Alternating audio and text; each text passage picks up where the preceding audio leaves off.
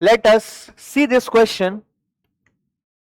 Three uniform spheres of mass capital M and radius R are kept in such a way that each touch the other two. The magnitude of gravitational force on any of the sphere due to other two. ठीक है, तो इसका diagram बनाते हैं next page पे अच्छे से. ठीक है, तो तीन स्फीयर एक दूसरे को टच कर रहे हैं.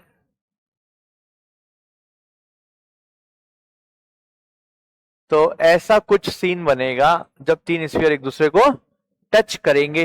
ठीक है, अब इनका सेंटर यहां पे होगा, तो इनको अगर मैं लाइन से जोड़ दूं तो ऐसा कुछ बनेगा.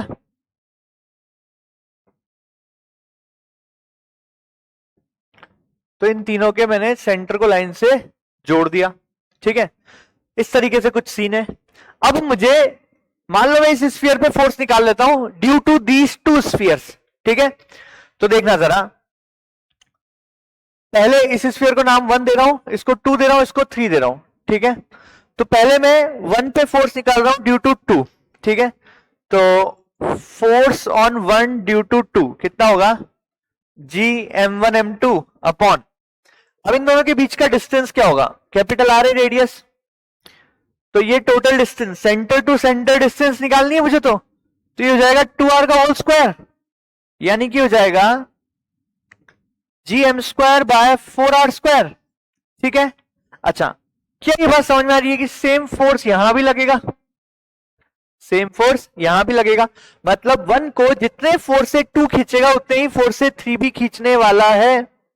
ठीक है, अच्छा अब यहां पे सिमेट्री दिख रही है मुझे सवाल में, तो जो नेट फोर्स है वो इनके बीचों बीच लगेगा यहां पे, है ना, और बिकॉज ये इक्विलेटरल ट्रायंगल है तो ये एंगल होगा 30, ये एंगल भी होगा 30, तो इस फोर्स का ये वाला कंपोनेंट हो जाएगा f cos 30, इस फोर्स का कंपोनेंट हो जाएगा f cos 30, तो f नेट क्या हो जाएगा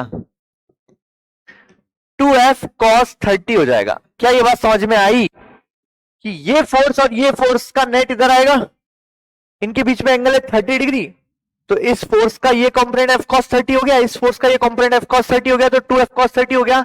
इसको सॉल्व करेंगे तो 2 into G M square upon 4r square, cos 30 कितना होता है √3/2.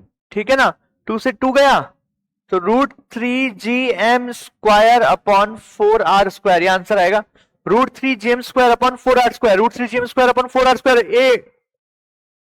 ठीक है, तो what is the concept use यहां पे, एक तो फोर्स एंड वेक्टर एडिशन दोनों आने चाहिए. ठीक है, मतलब फोर्स पता होना चाहिए दो के बीच में कितना होता है, और ये भी पता होना चाहिए कि वेक्टर एडिशन कैसे करते हैं दो फोर्स का.